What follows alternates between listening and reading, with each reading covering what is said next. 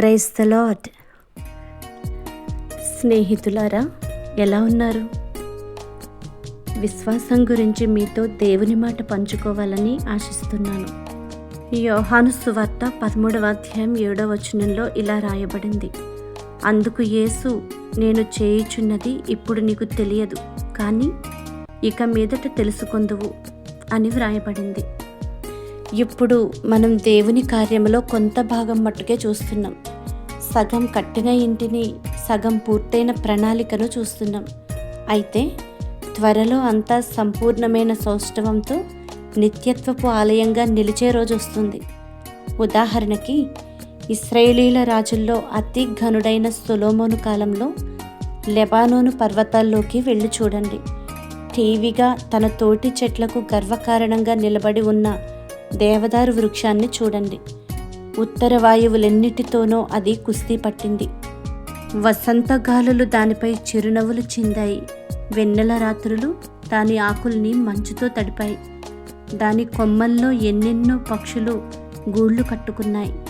అలసిన బాటసారులు, గొర్రెల కాపరులు ఎందరో మధ్యాహ్నం వేళల్లో దాని నీడలో సేదతీర్చుకున్నారు. ఉన్నట్టుండి ఒక రోజున దాన్ని నరికివేయాలని నిర్ణయం జరిగింది. తాతల కాలం నుండి ఆ అడవిలో జీవిస్తున్న ఆ వృక్షం ఒక్క రోజులో గొడ్డలి పాలవ్వనుంది.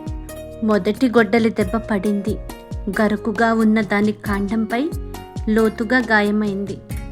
కొమ్మలొక్కొక్కటే నేలరాలాయి.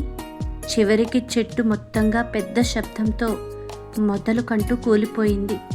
ప్రకృతి అనే ఆలయంలోని ఆ మూల స్తంభాన్ని అలా నిర్దాక్షిణ్యంగా కూల్చేయడం, నాశనం చేయడం చూసి మనం నివ్వెరపోతాం. కానీ కాస్తంత ఓపిక పట్టండి.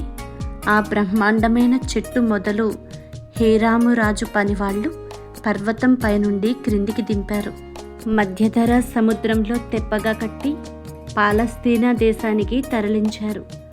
చివరికి యెరూషలేములో నిజ దేవుని మందిరంలో మిలమిల మెరిసే దూలంగా అది సాక్షాత్కరించింది.